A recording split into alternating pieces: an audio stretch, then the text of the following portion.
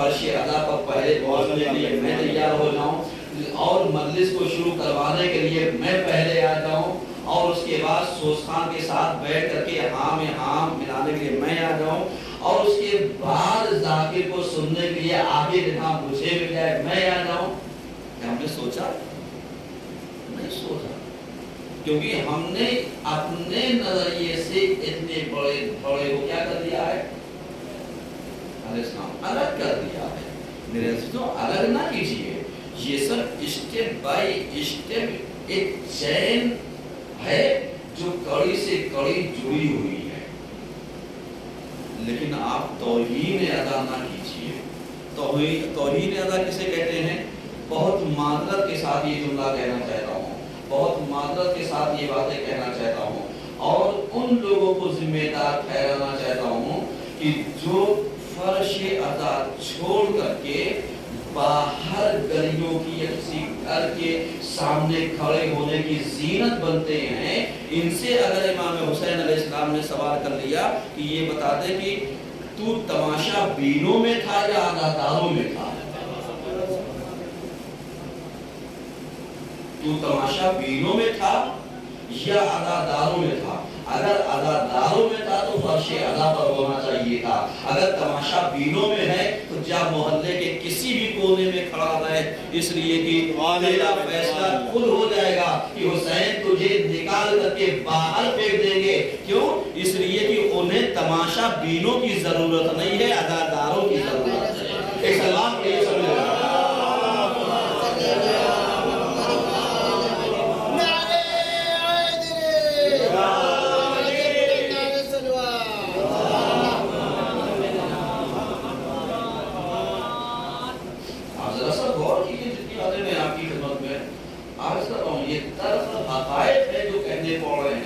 اور اس کا اثر آج ہماری عزاداری پر پڑ رہا ہے. کوئی مانے یا نہ مانے, لیکن اگر کل قیامت کے دن دامن گیر ہو جاؤں گا, کوئی پکڑے یا نہ پکڑے, مولانا نار ضرور پکڑے گے. کل قیامت کے دن اگر کسی ایک کی طرف سے عزاداری پر ہوئی ایک آچائی, سمجھ لیجئے گا. بہت بڑی بات کہہ رہا ہوں اور ذمہ داری کے ساتھ کہہ رہا ہوں. کیوں؟ اس لیے کہ جب ہم کسی چیز کو بڑھاوا دینے میں, اس کو برپا کرنے میں, اس کے مقدمات فراہم کرنے میں محنت اور مدد بھی نہیں کر سکتے ہیں تو میری ذات سے اداداری کو نقصان بھی نہیں ہونا چاہیے. ہم تو تنہا خود کھڑے ہیں, چار آنے والے کو اور روک دیا. غیبت کا انبار ابھی آپ دیکھیے, کمال کی بات یہ ہے خدا اصلاح کرے ان جگہوں کی, خدا ہدایت دے ان افرادوں کو کہ جنہوں نے فرش ادا پر بیٹھ کر کے مجلس حسین سے پہلے غیبتیں کی, خوب قاعدے سے سننے والے بھی اور کرنے والے بھی, اور اس کے بعد حسین پر ماتم بھی کیا, اور جب اسی غیبت کو مولانا نے پڑھ دیا تو واہ واہ بھی کیا. یہ سلوات پڑھیے تو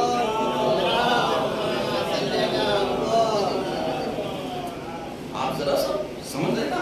ہاں بالکل, ہاں بولتے رہیے گا, کیونکہ آپ کی ہاں ہمیں تقویت دیتی ہے. آپ کی حامی جو ہوتی ہے یہ میسج کو کنوے کرنے میں مددگار ثابت ہوتی ہے. کیوں؟ اسلام, حسین, یہ دونوں جدا نہیں ہے. عزاداری حسین سے الگ نہیں ہے, حسین کی ہی عزاداری ہے. دین حسین سے جدا نہیں ہے, خود حسین دین ہے. سمجھ رہے ہیں؟ خود حسین دین ہے. اب آپ ذرا سا دیکھیے, کبھی کبھی انداز گفتگو اور سوچنے کا انداز اور طریقہ چینج کیجیے. ہم کیوں کربلا کو سن 61 ہجری سے لے کر کے آج 1444 ہجری چل رہی ہے, ہم سنتے آ رہے ہیں, مجلس برپا کرتے آ رہے ہیں, حسین پر آنسو بہاتے آ رہے ہیں, کربلا کا درس ہمیں دیا جا رہا ہے, علماء, ذاکرین, خطبہ, خطیبہ, عالمات, عالم سب بیان کر رہے ہیں, لیکن ہم نے کربلا کو سمجھا ہی نہیں.